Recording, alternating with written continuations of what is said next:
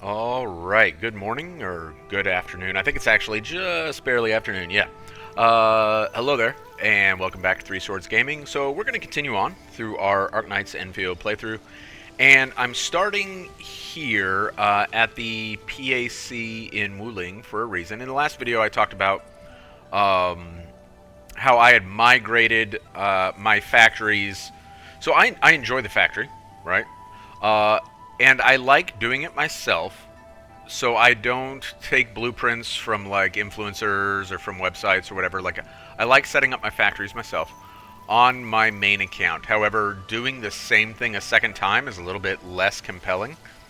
So on this account, I just take my factories from my main account and migrate them over. Now, to be clear, they're not the most efficient. They're not, especially like over here, like that's not space efficient. That's not anything efficient, right? Um, but they are productive. I get enough done that I am satisfied with like how the game goes for me. However, when I do that from one account to the other, I can run into a weird thing because the accounts are at different stages in their development. Actually, let's go back to the top view here. So when I migrated this over from my main account, on my main account, I have maxed out the, what are they called? Components, right? Cuprium components. I'm full on those. I have all of them. Now, when I make some armor for artificing, then it will again go back into production. So right now, and this is actually designed to where when that stops, then I just route this around to the protocol stash and I make parts. Right now, both are full, so that's why this is the way it is. However, my resources are very balanced on my main account because certain things are full all the time. This is another example, right? The gearing unit for what is this, Gironite components, I believe it is. Yeah, that is also full on my main account. So this doesn't need a run either. Now, right now it's not running because this account has the what is it, Packed Originite or whatever it is, Packed Riga Crust, coming over from on the transfer, regional transfer here, right? So I got 25 minutes before that starts producing again. So slowly, this account will go back into producing all this stuff, and it'll get caught up where the main account is. Why do I mention all that? Because when I migrated all these blueprints over, there were enough things on this account that weren't maxed out that the draw of Gironite exceeded the Gironite that I was producing. And that wasn't so much exaggerated here. This was the cause of it, was these components and these components. But where it was manifesting excuse me, was on the cardiac remediation station or whatever. That's where I first started to notice it because I was producing heavy Gironite and some of that other stuff at a very, very low rate. There was also a minor mistake over in Qingbo where I forgot to turn on one of these outputs, and so it was reducing the amount of, what is this, like activated charcoal or whatever it's called, stabilized carbon, that I was producing as well. So I got that fixed. That's an easy fix. But I have turned off some of this stuff for right now because I was very close to running out of Gironite. It got down to about 1,000.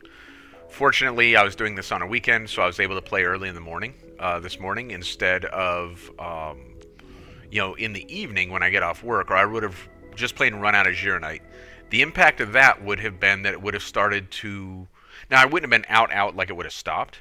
It just would have become a trickle to all the different places that utilize it.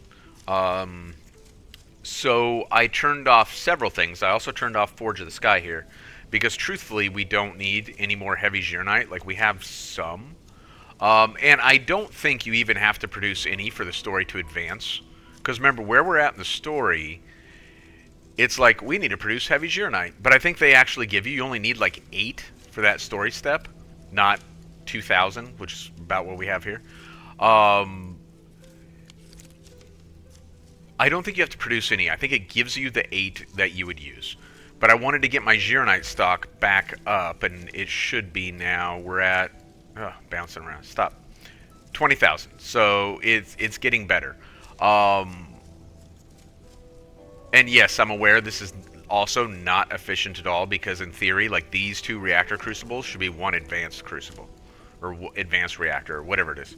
Um, well aware of that, but I'm stupid and I couldn't figure out the advanced reactor, and so I just used two instead because truthfully, the amount of space they give you for your factories exceeds what you need at absolute optimum efficiency.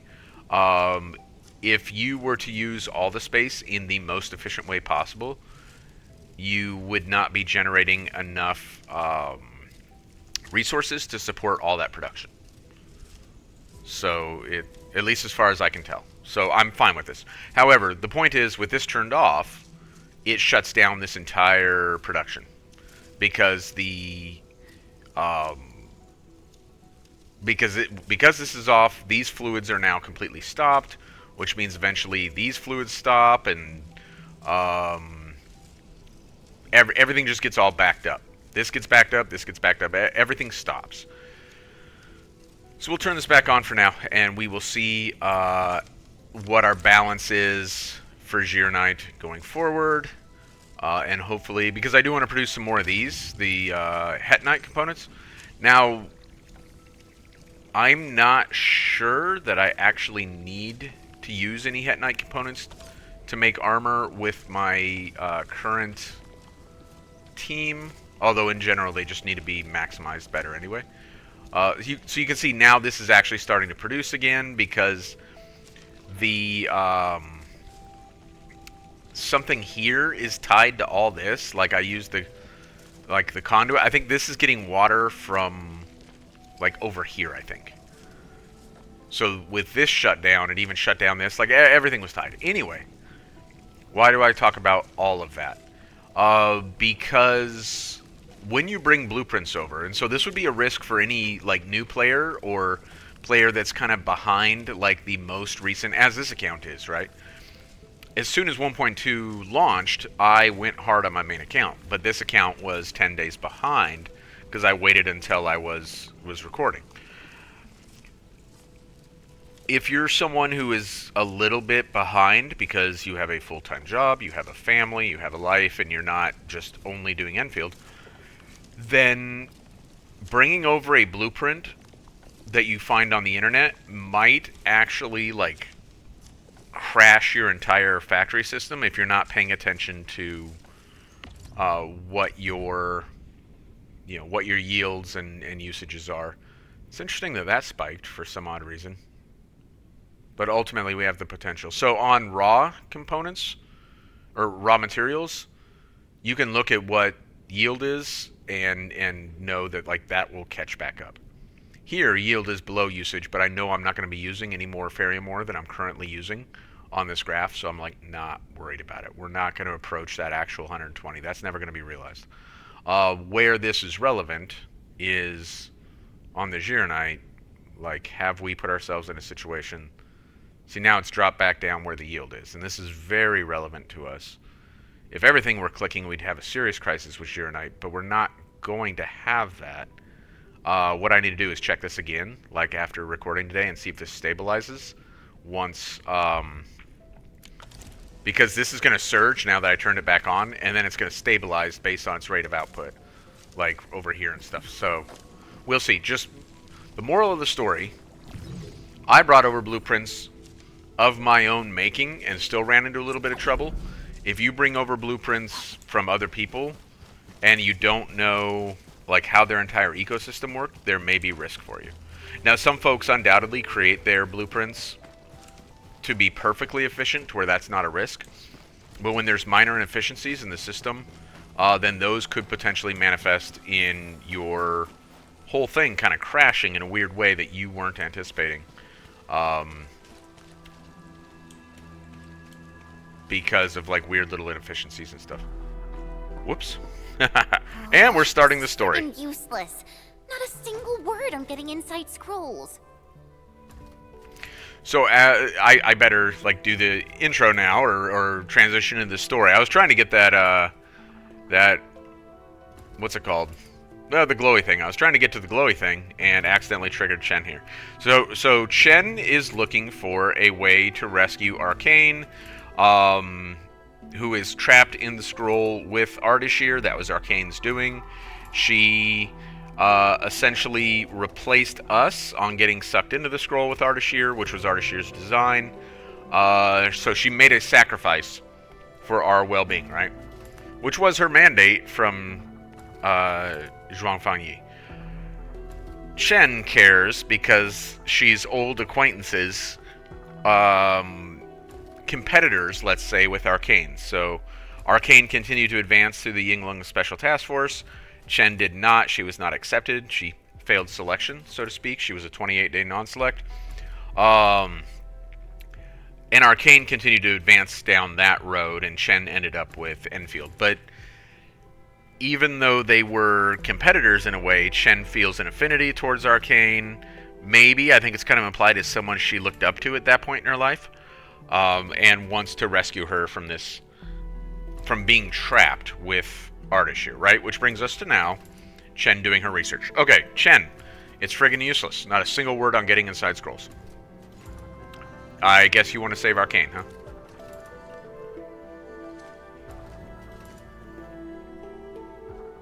I guess only the soy regulator can.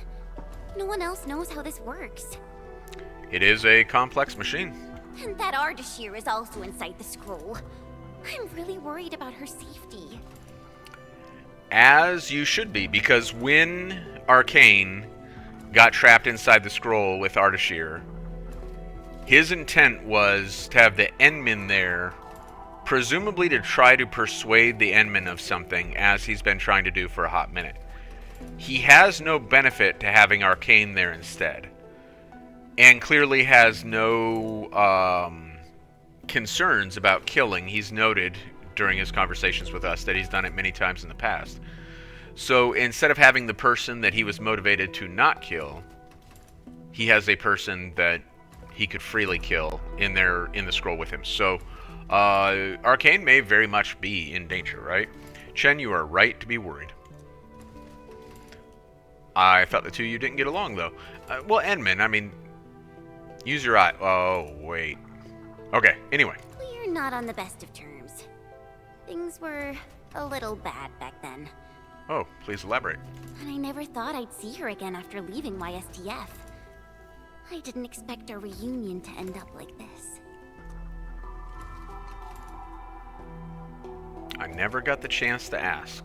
You mean why I failed the YSTF trials, right? I guess that's what I mean. Lee and I both completed those trials, but the instructor disqualified me due to immaturity of mind. Which is really funny, actually. So, and I don't know that it's meant to be perceived as like funny, but kind of a little bit funny. Because Chen is a very goofy character and not the brightest bulb in the box, right? However, like, I don't know that, like, maybe what they mean is that she's just dumb. And that's fine. Like, that would be consistent with the character, but I don't know that she's immature. I mean, she's obviously very useful to our team, right? She's significant benefit to Endfield. So everything worked out for Endfield, even if it didn't work out for Chen. She's part of a family now. But, yeah, unfortunate for Chen. Disqualified due to immaturity of mind. Naturally, I felt pissed and launched a formal complaint. But it didn't work. I actually think they did a really good job with these, like, little frozen in time screens here. With, like, the expressions. Like, you know, the first one, there was some contrast there between Chen being, like, very rigid at attention and Arcane, and I forget what the Lee something, being, like, more... So as someone who spent 21 years in the military, someone who's that locked up like that, you almost get the impression they're trapped in the moment and not fully in control of, like, the situation. Even as something as simple as, you know, like standing in formation. Why is it a thing where you're just completely locked up? Like, you're almost too bought into the system, right? And now this screens, we see, you know, Chen protesting, and a little bit of a reaction here from Arcane. Enmin, when I left Wuling that day, I felt so terrible. Wait, Tong Tong said she saw me crying when I left Wuling. How did she find out? She must have been secretly watching. Good job, Edmund. Edmund's like a detective. Ours is a friendship built by fighting. So it is a little bit silly that like all these characters like know each other from the past. I don't always enjoy that. I don't often enjoy that. But it hasn't become like an egregious pattern across the game thus far. So, you know, the fact that Shen knows Tong Tong, Mifu, and Arcane, like, we can kind of let that slide, right? Speaking of which, back in the YSTF, I actually fought with Lee quite a few times too. So that's actually like a really cool screen, right? I actually quite like that. And side note here, unrelated to like the story per se, I think when Arcane becomes a playable character, because she's got like the canon things, but those they will be part of how she plays, like with her ultimate or something. But she's either going to wield a sword, great sword, arts unit, or hand cannons, right? At least thus far, those are the 4 options in the game.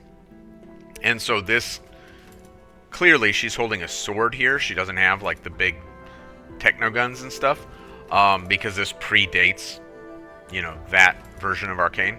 So this may be an indicator for us that when we get Arcane, she will be a sword, and thus, you know, probably either a prime DPS or a sub DPS. One might think, but we'll have to see. Great swords seem to tend to go to the support units, it seems. But I'm not a YSTF reservist trying to one-up her anymore. I'm an Endfielder now.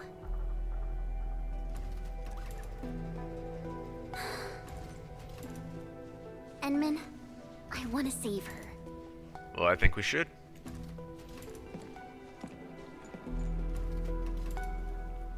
I know, but you know her powers better than I do.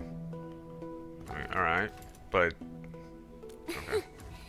Things sound super convincing when you're the one saying it. That's because I'm the admin. Yeah, she'll be alright. I mean, and so... Will she be alright? Like, left to her own devices, I'm not sure that we should just assume that that's the case. Now, we saw where the Fairmoot proxy may get involved, like that's already been mentioned. So if that's the case, then maybe she'll be alright.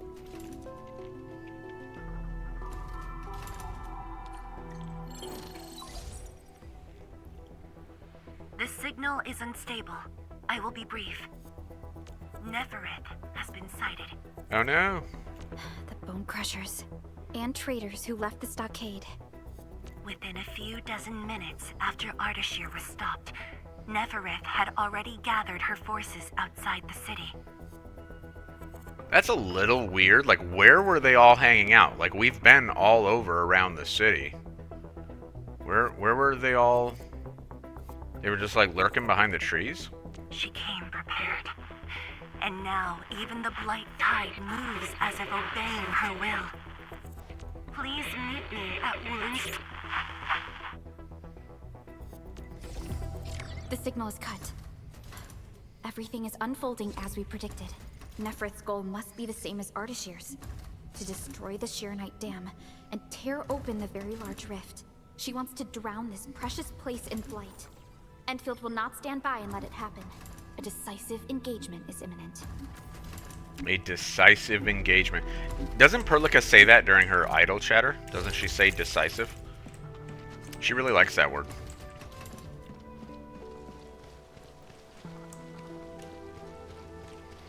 Here's something I really suck at. These conduits. People say that the essence shall I really reveal do. itself. Is there something I missed?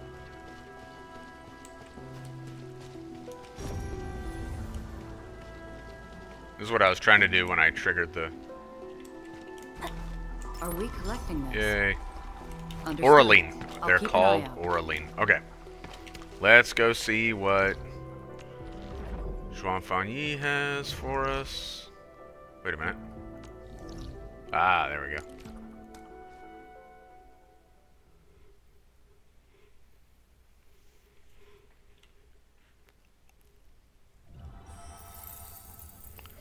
By the way, I mentioned at the beginning of my first video yesterday, so a couple videos ago, that at some point during this story playthrough, there's a good possibility that I will get my ass whooped. We're getting closer to that. Ah. Immersion mode.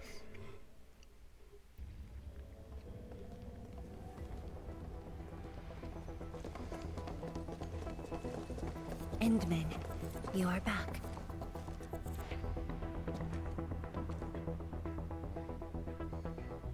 I have good news and bad news. Which do you want to hear first? It's a shame that they don't just give us the bad news as a choice. Like, I do kind of wish that was a choice. Both of these are, like, good options. This one's almost kind of funny, like, we're avoiding the bad news almost. I quite like this, but just give me the bad news would have been, like, kind of a nice choice also. But you seem calm, Zhuang Fangyi. Like, things are still under your control, I believe. The good news. HAS received our message just before the signal dropped. They'll attempt to interfere with the Marker Stone scroll remotely and help Arcane chase down Ardashir. Okay, so that might be like, you know, the help that Shen is hoping for. Really? That's possible? The Sway regulator has its ways. We must trust them and Arcane.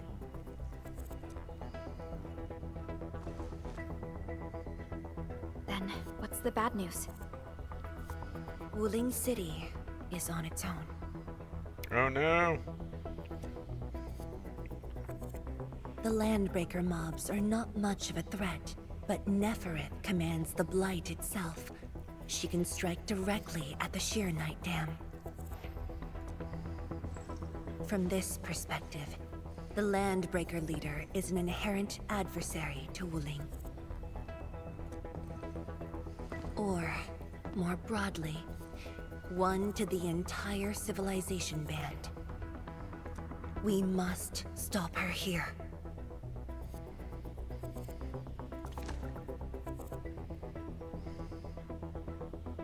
You sound confident. This time, it's different from 10 years ago. This time, we are in this together. Were people not in it together 10 years ago? Like, we know about the chaos between the Stockaders and the Wuling residents 10 years ago, but this almost implies that, like, I don't know. Was someone else not in it 10 years ago? I'd like you to reinforce the Tianshi Pillar array cores with heavy Sheeranite. It's an essential move to stop the Blight. Where are the array cores? There are 3 in total. Their coordinates have been synced to your terminals. Okay, so and I don't know that we did much of it, like, when I was doing the videos. There wasn't, aside from our arrival at Wuling City, there wasn't really much story that brought us to this. But if you've explored the map around Wuling City, you would have encountered, like, these forests, almost like, of pillars around the city, and that's what we're referring to here. What about Nefereth? I don't think she's gonna sit back and watch. If the Tianshi Pillar array can hold back the Blight tide, her advance will be delayed. And the Marker Stone contains enough Fahrenheit power to seal Ardashir.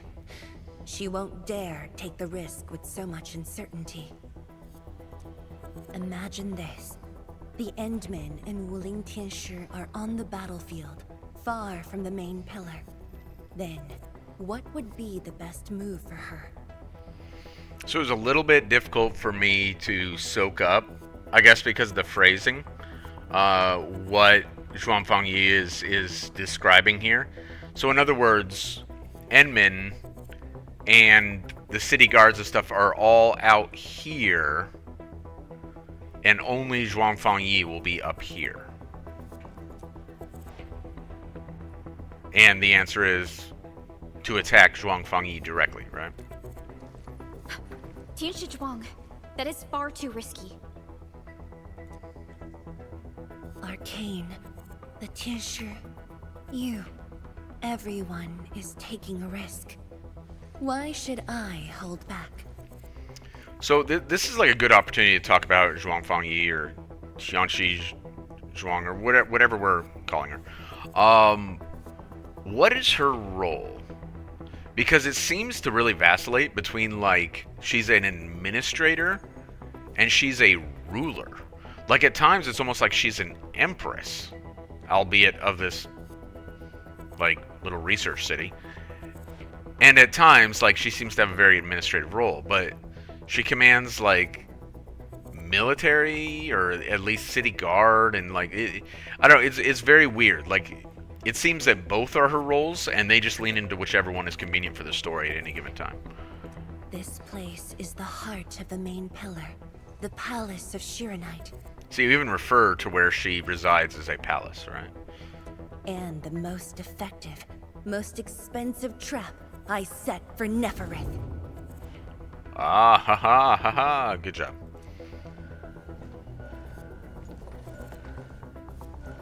See? She's taken the bait. She's now near the core AIC area, trying to destroy the source of Shiranite. Just as I anticipated. Wait, that's my factory. She's trying to destroy my factory? I put so much work into it. I just got my Shiranite stabilized. What?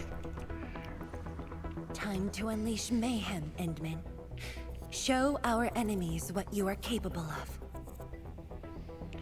Well, a member of Project Mayhem has no name, Zhuang Yi. Don't call me Inman. I'm just a member of Project Mayhem. Oh, that's cool with the red. It actually looks cooler with the red than the green, honestly. The sky is changing. The air feels thick. We gotta hurry. So those are warning systems, right? We actually remember where they had mentioned that earlier. Those are warning systems for, like, imminent blight, destruction. Ahead. Back to the city, everyone! Endman, thank Talus you've arrived. We're engaging the enemies at the array. Come with me. Anyone hurt, fall back. Everyone else, hold the line. Incoming! New enemy waves! Ah, I got shot right in the face. Hold them off. Get your tongue. We're here to help. There are stockaders among the enemies. Ugh, I guess we don't have a choice. Get front!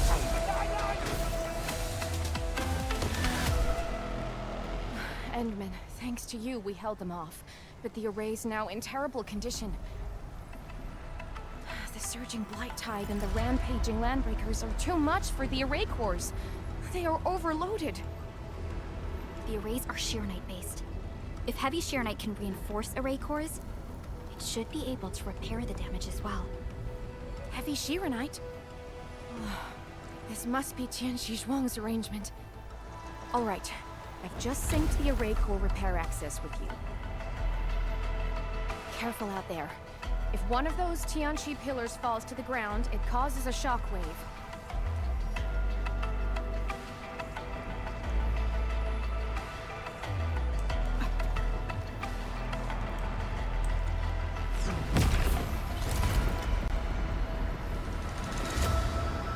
All set. I've locked onto the damaged Tianshu pillars. Let's move.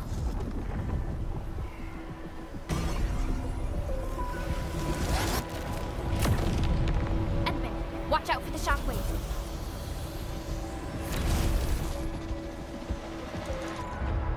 Alright, so this is a fairly interesting sequence that they give us. I enjoy it. It's pretty good. They throw essentially two mechanics at us. One is this laser beam that we're seeing right here that's shot out of the array core itself.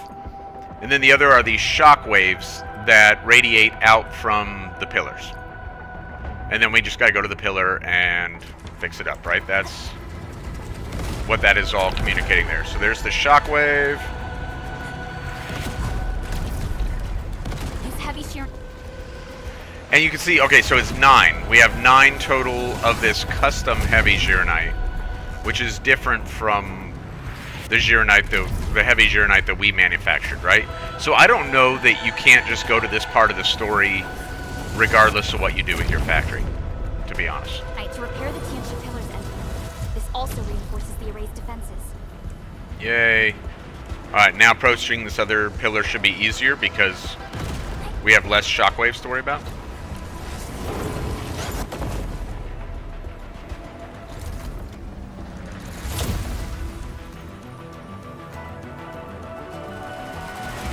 It's working! The Blight Tide can't breach this side now. Yay, we did good. We've got the rest. Endman, go where you're needed. Alrighty. I will go where I'm needed.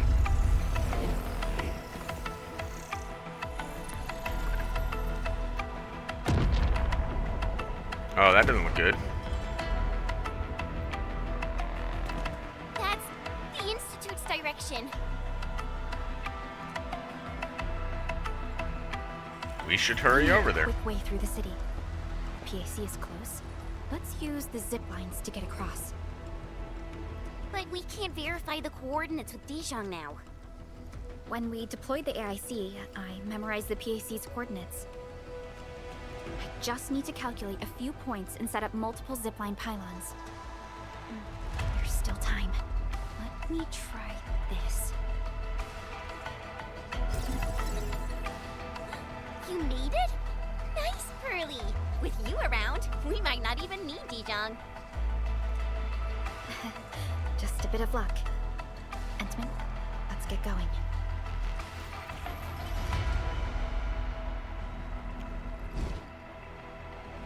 Good job, Perlica.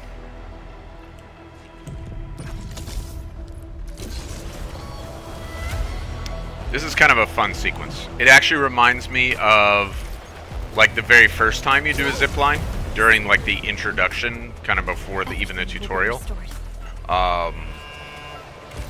Because otherwise, we mostly use ziplines that we design ourselves, right?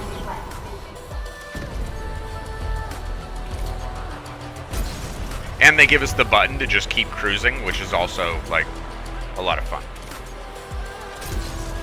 Another alarm. Come on. Hang here.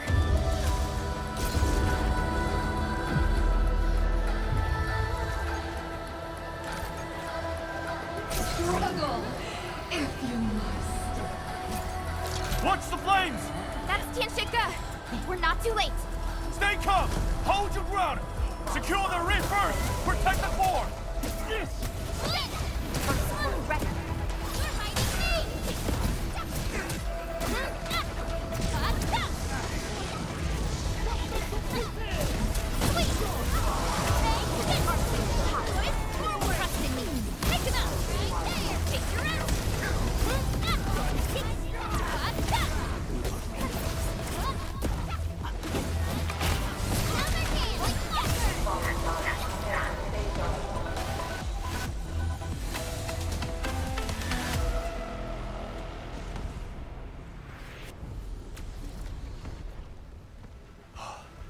Edme, finally you're here.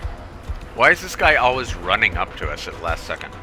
I've assigned a Tenshi to secure the core, but Nephris blocked every path. She set the array floor ablaze with his special flames. It was impossible to deal with them quickly.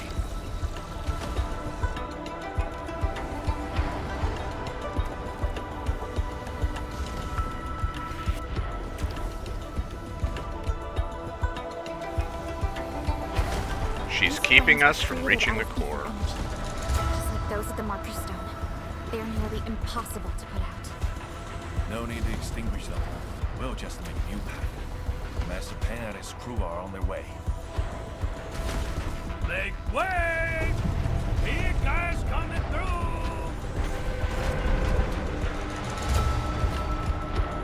Hey, Edmund! You here too? it's simultaneously like absurd and fun, right? So I know some folks don't like Depan, or Pan as I call him.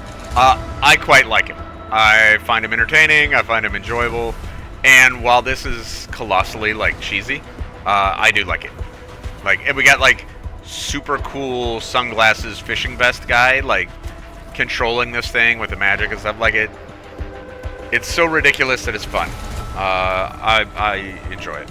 Uncle Pan! And you guys! Shouldn't you be in a shelter?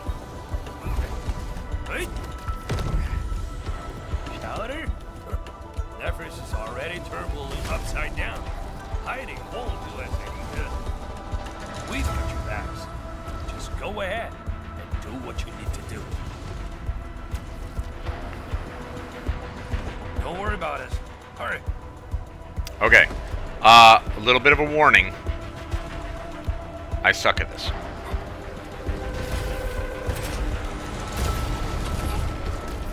Ow, ow!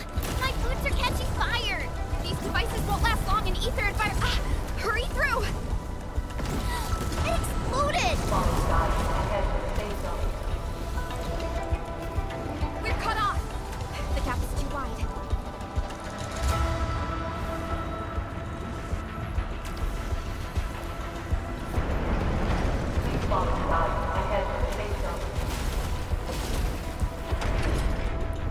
They're giving up!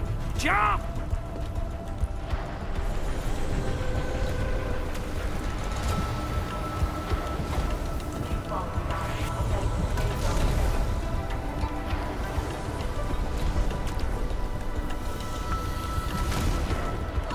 Again?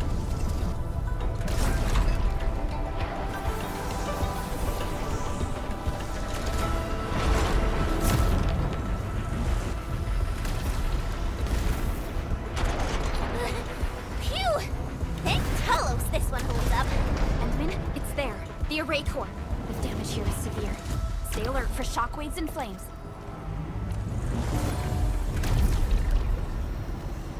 Good job, Edmund. That's 1 out of 3.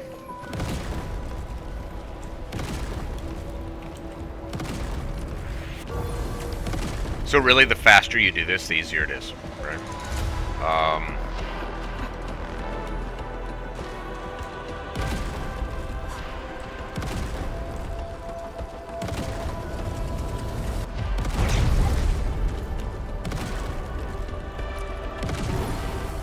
Alright, so we did 2. Now we've done 3.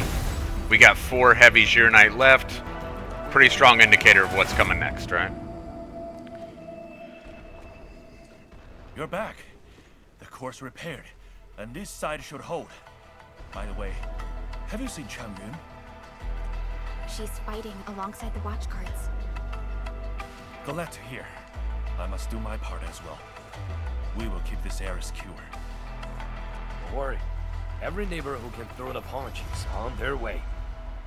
Yay. I want to say something about big battles real quick. So no one likes it in a game when they are given a scenario where a big battle is taking place and that manifests in, like, 4 enemies, and you're like, wait, that was the big battle? That was the army? 4 enemies? Now, obviously, what they can't do is throw, like, 60 adversaries, all of whom are super powerful at you, because 1, that'll kill you, and 2, if they throw too much at you because they want the gameplay to feel compelling, they run the risk of people on lower-end devices not being able to run that sequence, right?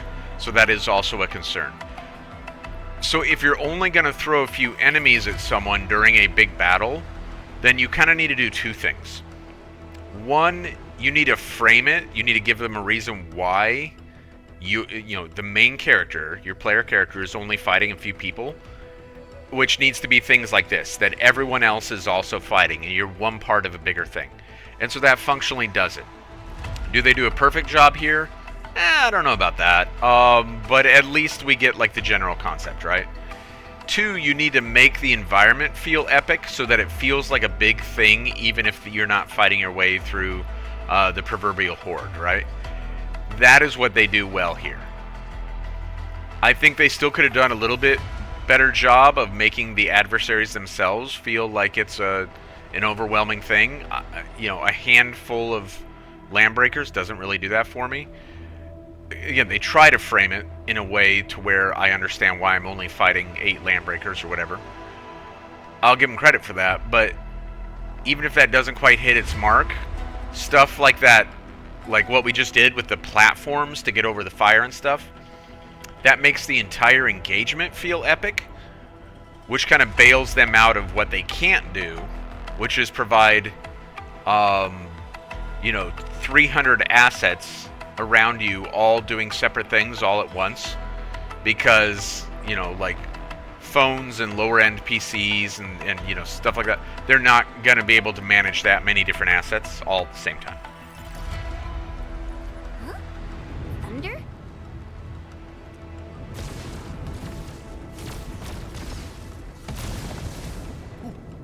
That's Viceroy Zhuang's Leifa. I don't know what a Leifa is. It's coming from the main gate.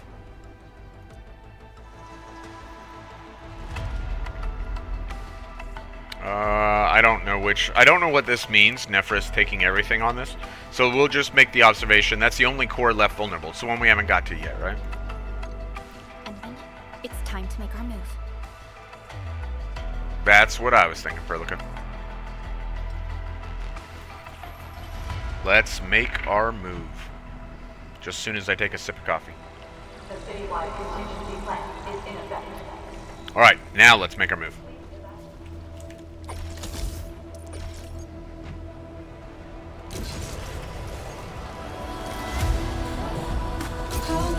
See, everything going on here. The way she's casting her arts, it's a psychological ploy. She's trying to make Nephris believe that Wuling City is barely holding up the threats. Alright. Before Perlica interrupted me, everything that's going on here lends to the idea, or to the feeling of an epic battle, right? Even though all we get here are 1, 2, 3, 4, 5, 6, 7, 8 friends and 1, 2, 3, 4, 5 enemies. Wounded. Fall back. We will handle this.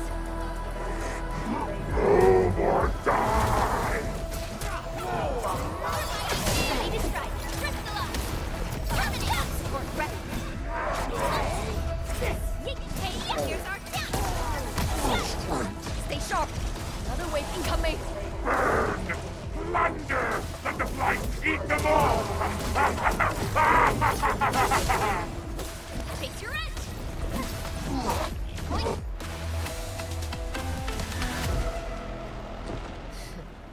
Barely a warm-up. These clowns don't even know why they're fighting. How dare they challenge Wuling?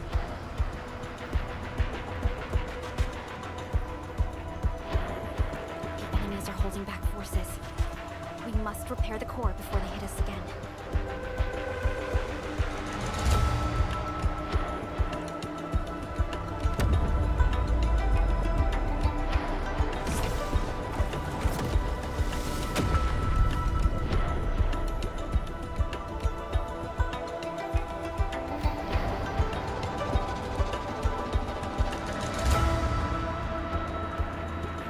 It's Nephris.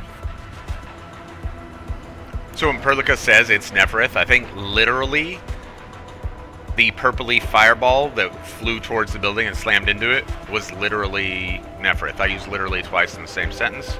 Not optimal. But you get the idea. It's not that Nephris shot a fireball.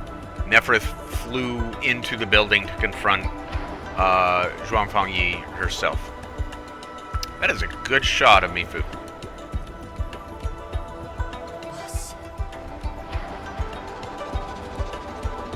Qi Zhuang's plan worked.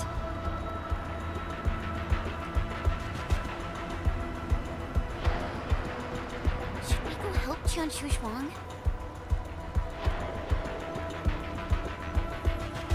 No. Keep her focused on the core. Mifu, but... Keep it together, Chen. This is the immaturity of mind. Chen, we had a plan. Follow the plan. The safety of every Wulinger depends on the Tianshi Pillar array. That's the cause she's defending.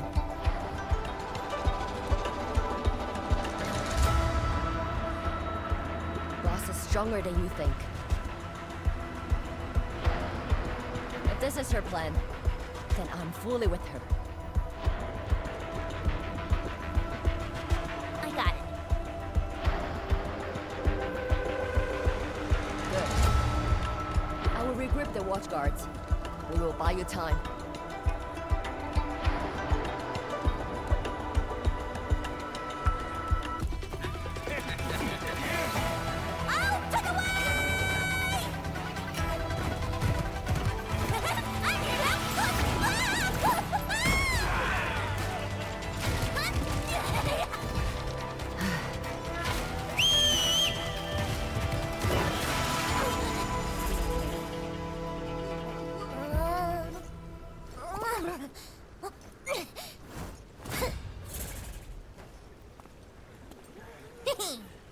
Leave this pack of foes to me.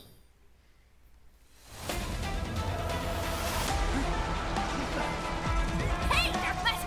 I'm out today. What's lonely? As for you, traitors, I'm gonna kick your asses and put you down for good.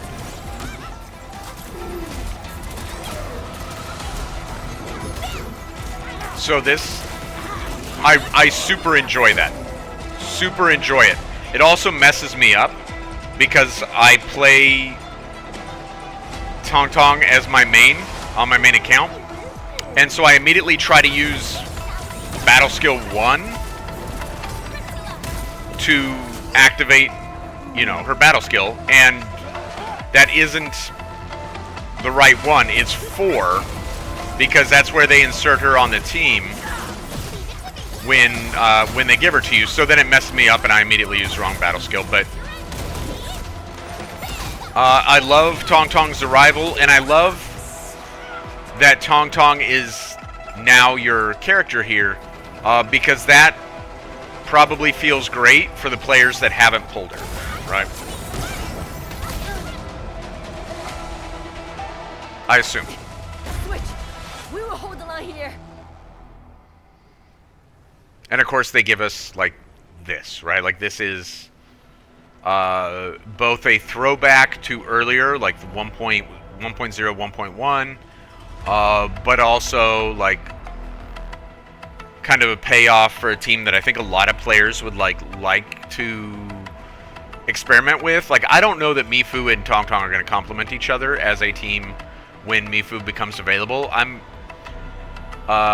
You know, right now all that we know about Mifu is speculation, and I've seen a lot of people speculate that she'll be like a very, you know, there should be a prime DPS. I'm actually kind of expecting her to be like Ember, only more. I wouldn't be surprised if she provides like physical support, but we'll have to see. Anyway, they give us like the big reward, the big payoff of our Tong Tong Mifu, you know, poster here. Head to the array core. The tension pillars are more important. Now, notably, what they didn't give us there, clearly Mifu and Tong Tong were just fighting together, and we get the little poster there at the end. But Mifu wasn't available to us. Wouldn't it have been something if Mifu, if our team at that moment, in this immersion mode where they control our team and everything, was just Mifu and Tong Tong, and you got a chance to play Mifu weeks before she's available for pull, like that would really get the hype train rolling, right? But she might not be ready to ship, or maybe they just didn't want to do that. You know, there is risk. If players are like, oh, Mifu felt clunky, then they're going to spend less money pulling for her, right? Go, Dark Mask! That woman looks like she's got some fight in her.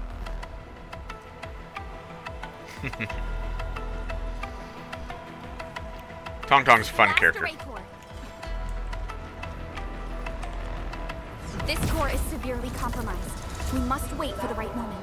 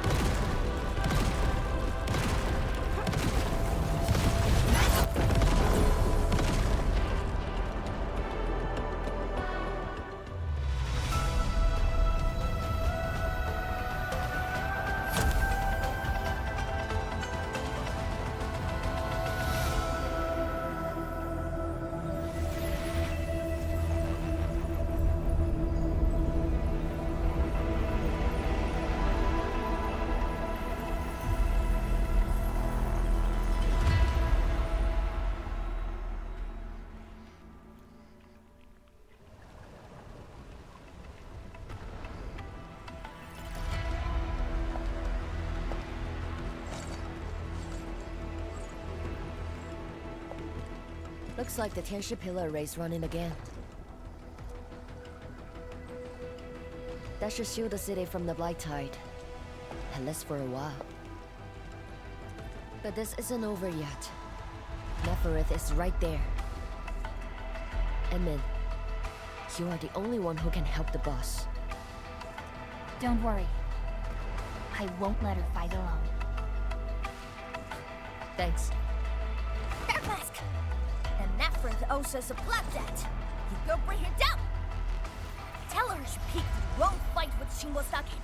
Nobody messes with you, or a chief, who's Rai's sister. I enjoy this. I genuinely do. I wish they'd given Tong Tong one less animation there. She makes so many movements during this little speech that it almost feels a little spastic. One less animation. Now, go get her.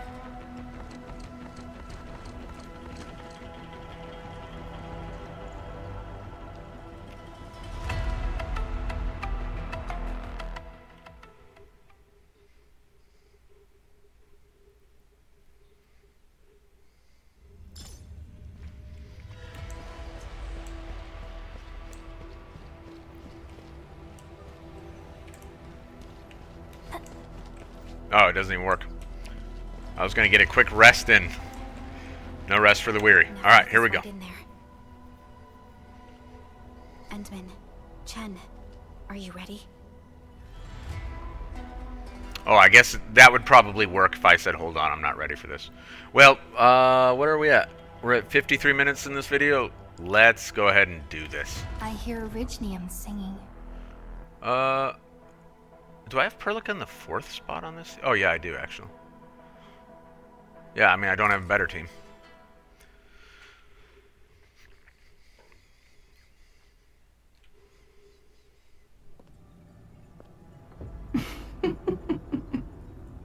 We meet at last. Neferith. No warm welcome? I thought you invited me here. How I admire your audacity!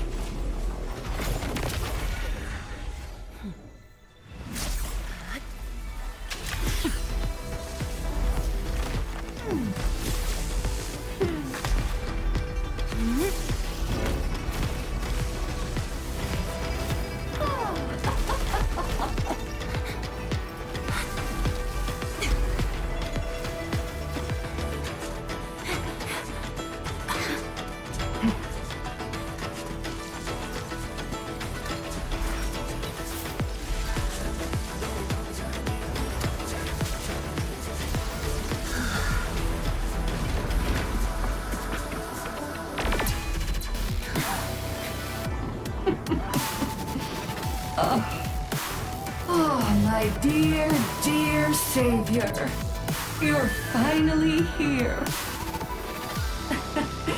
This time, do not fail me!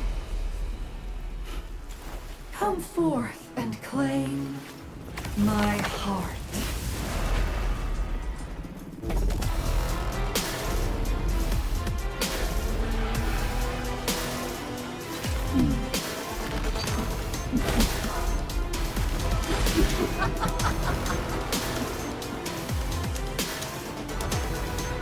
As you wish,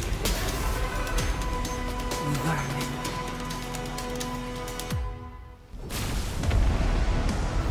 Now taste true despair. Her body! The ether is reforming it!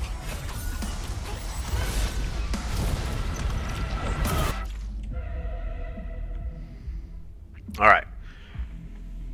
Earlier when I talked about how I was going to get my ass whooped, this is it. I struggled enough with my Tong Tong team on this. Not super optimistic about this team being able to manage this terribly well.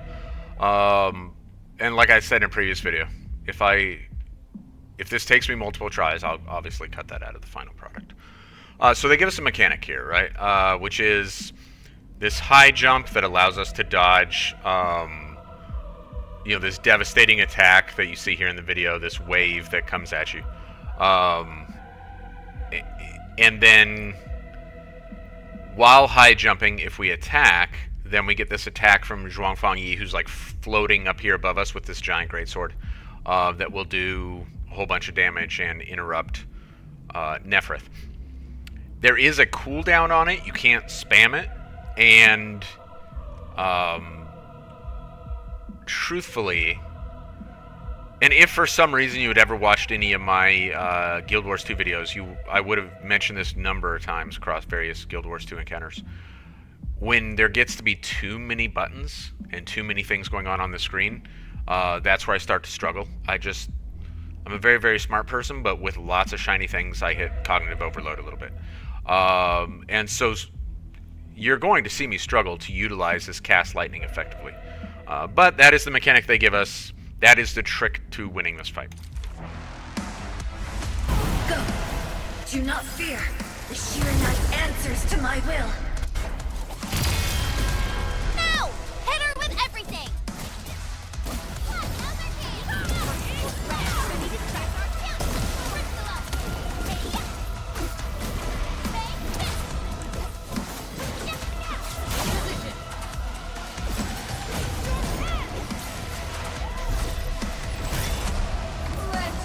I will give you a boost.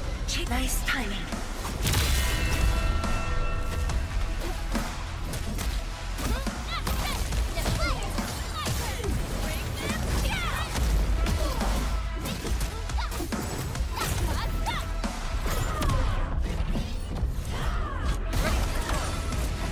So I haven't figured out how to dodge that particular thing yet. Oh yeah, and that's where the R button's needed. Perfect.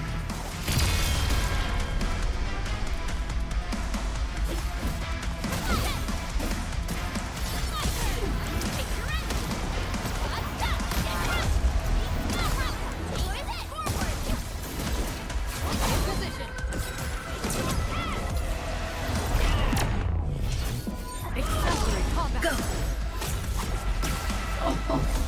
Cute little tricks. Nice timing.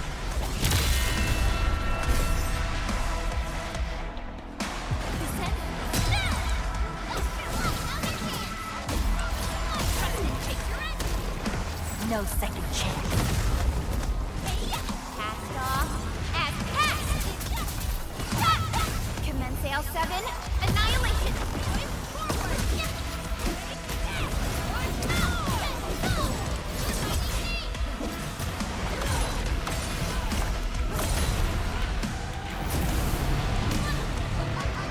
Perfect.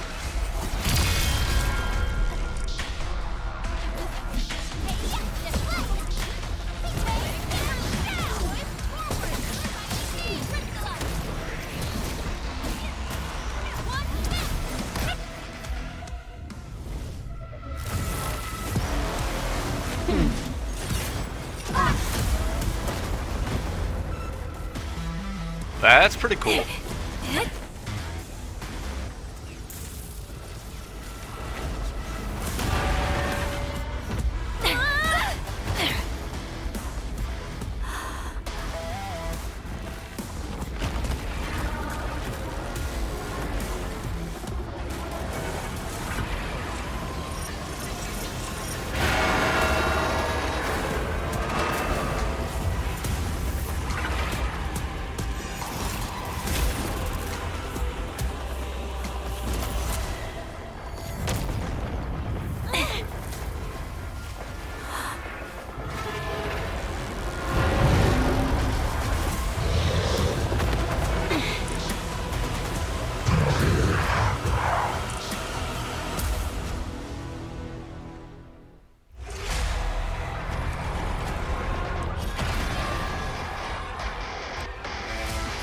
Death readings are off the charts!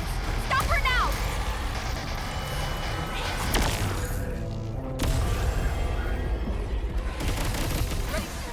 Alright, so unfortunately, I think I landed that a moment too late.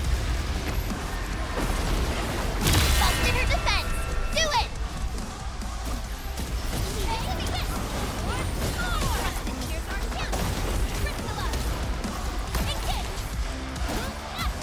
Apparently its tail is its vulnerability.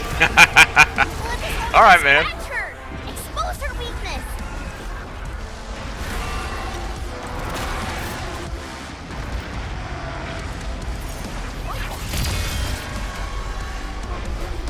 There we go. Let's actually hit it in the head.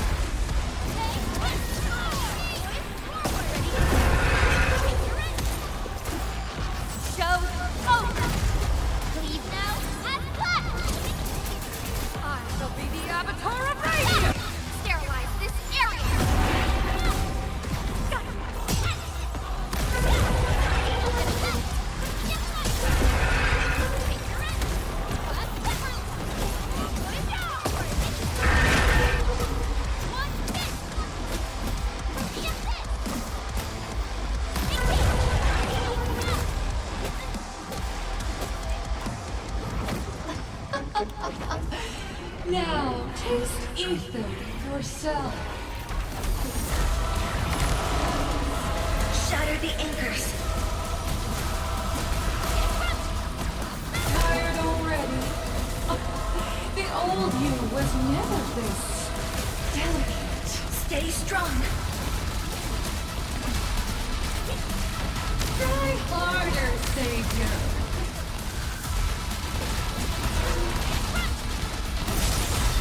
Masha, Hide behind something. Alright, I honestly don't know what to hide behind here. I didn't figure this out the first time. And I didn't figure it out this time. I don't know what we're supposed to hide behind there. I haven't the faintest idea.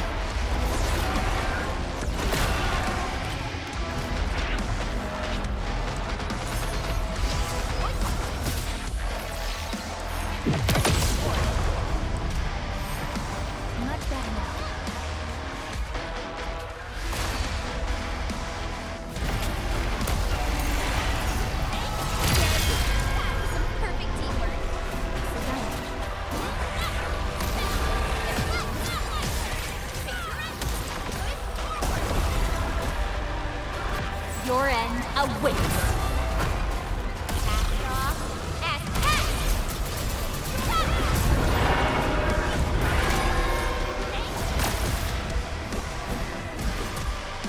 Target locked. Fire!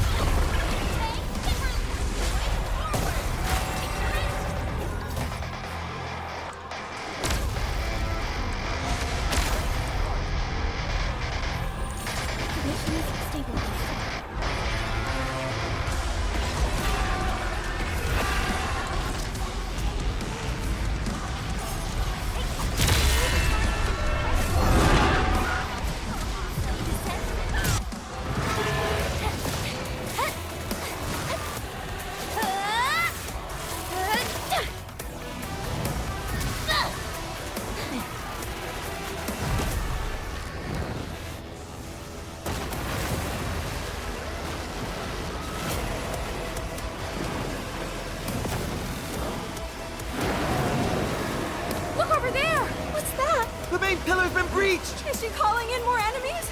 No. It's the Blight Tide.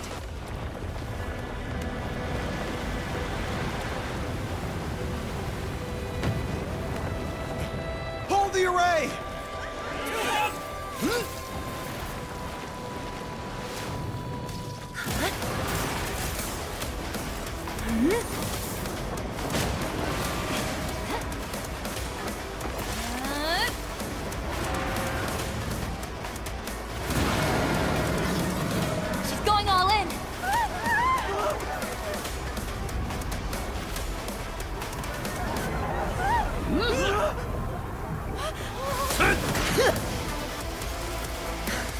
You alright?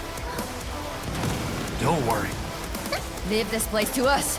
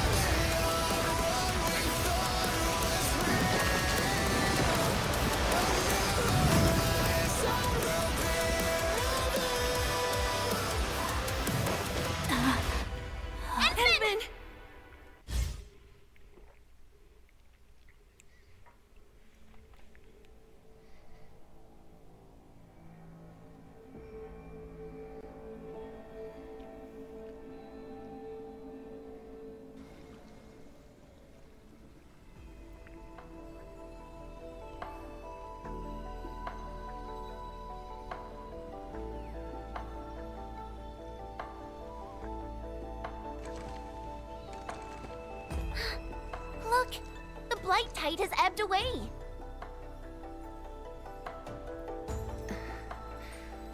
The blight tide has subsided, and the Shirenite Dam still stands strong.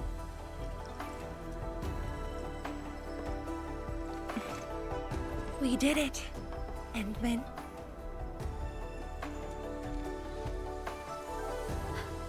It's over. This long hunt that began in Valley 4 has finally come to an end. Now that Nefereth has fallen, those bone crushers and stockade turncoats are bound to disperse. It's only a matter of time. Nefereth and Ardashir. Just why are they so obsessed with the ether side?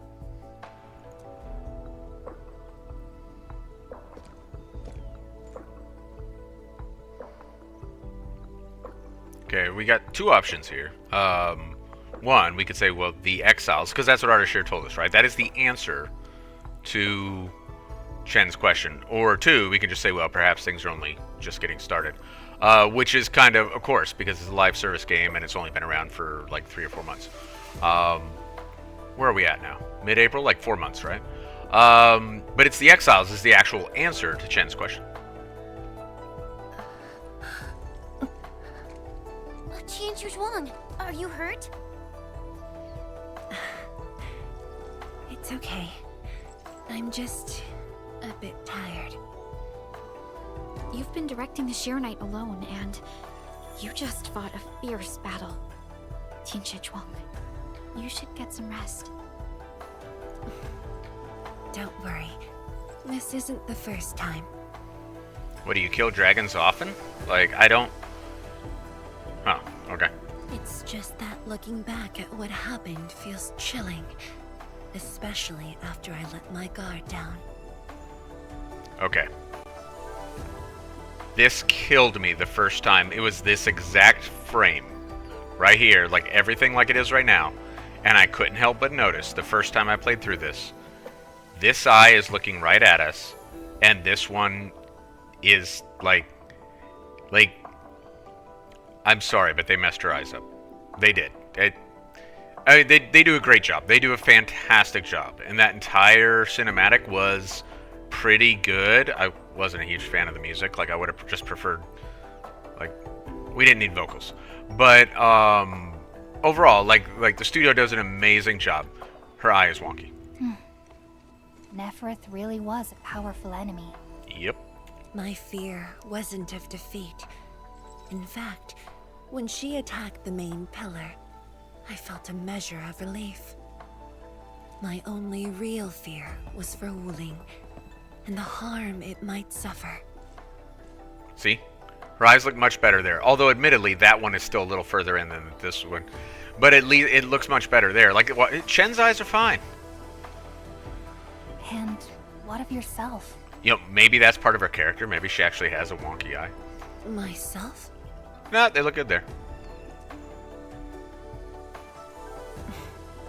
I knew you stood with me. So I believed there would be a way.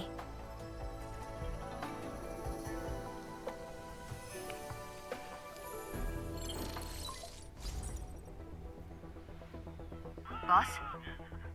The Shirenite Dam is intact. Nefereth's plan has failed completely. Hey, quiet down!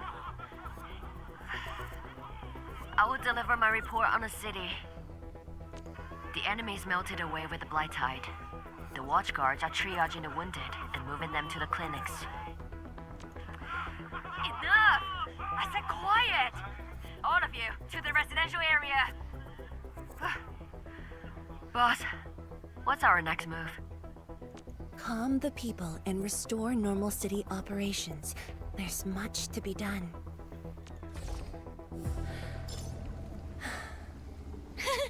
The sky is cleared. Now, let's go see Mifu. The watchguards are directing the citizens. She should be in that area. Okay. Oh, it's kind of weird with Ember right behind me like that. There. Better. Okay. I'm going to wrap this video here because A, it's at 1:13, and that's long enough. And B, you know, we just completed something that's big, and so it's a nice spot to kind of end the video before we transition to the next video, because there is actually still like a decent amount of 1.2 left to play.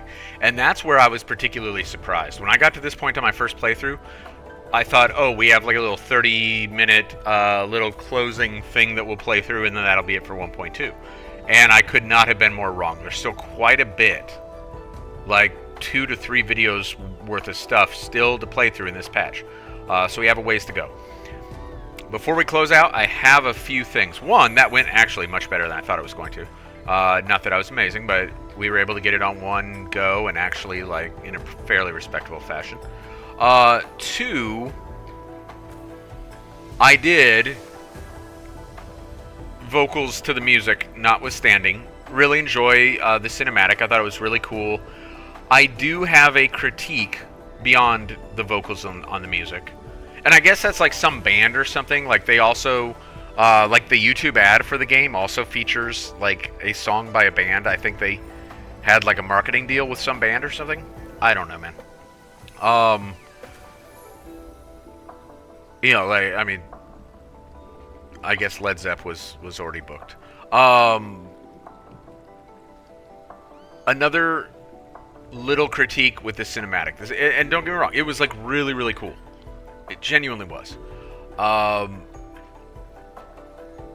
But it was real similar to the fight at the end of Power Plateau, right? That's not Triagalos. It's who's after Triagalos? I don't remember. Oh yeah, it's the statue that Neferith makes. So we get the same, like, we're all in this together, all these people are fighting with us kind of thing. It was really, really cool the first time. It's still kind of cool. But if that pops up every single time, like, that's going to be a little tiresome. Like, we get it. Like, we're all in this together. Got it. Got it. Similar for Enmin summoning all her powers and it just barely being enough to defeat the enemy, and then she collapses. We've gotten that like 3 times now. Find another way to show that Enmin is at her peak for what she's currently capable of, but she'll get stronger kind of thing. Like, we understand that. Find other ways to show it. Because some of these things they've leaned on really hard now for a couple times. 2 to 3 times for those things. And they need to find a way, they need to diversify how they're communicating these things to us. Because this, you know, if you keep using the same trick, it's not that fun anymore. Still a good sequence, like still enjoyable. But they're going to beat those horses to death if they don't find some other things to fall back on. A few thoughts on Neferith before I wrap this video. 1, so looks like Neferith is dead. Looks like that's it for her. She did, after all, get cut in half by a giant sword. I know there were folks who wanted playable Neferith.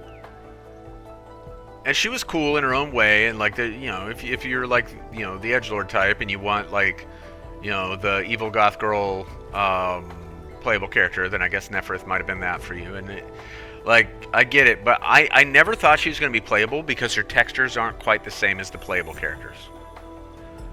They weren't the actual textures themselves. She was a unique character. She wasn't an NPC.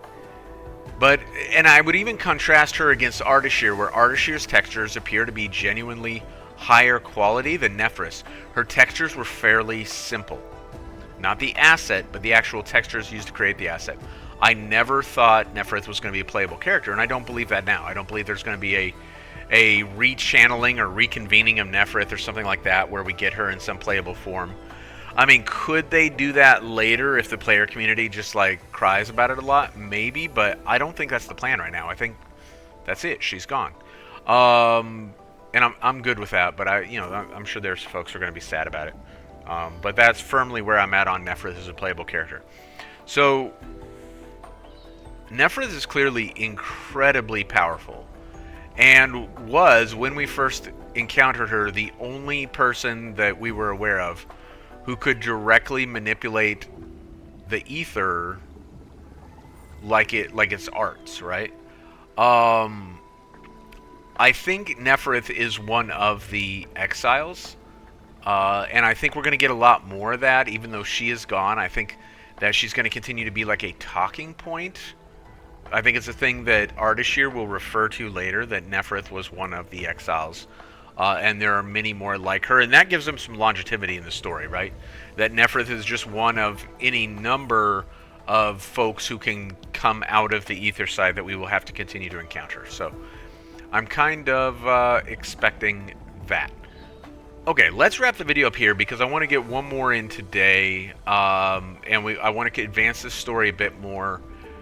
We've defeated Neferith, but Arcane and Ardashir still locked in a scroll, and there's still some cleanup to do, and we may discover that there are some other things that need to be addressed too when we pick it back up.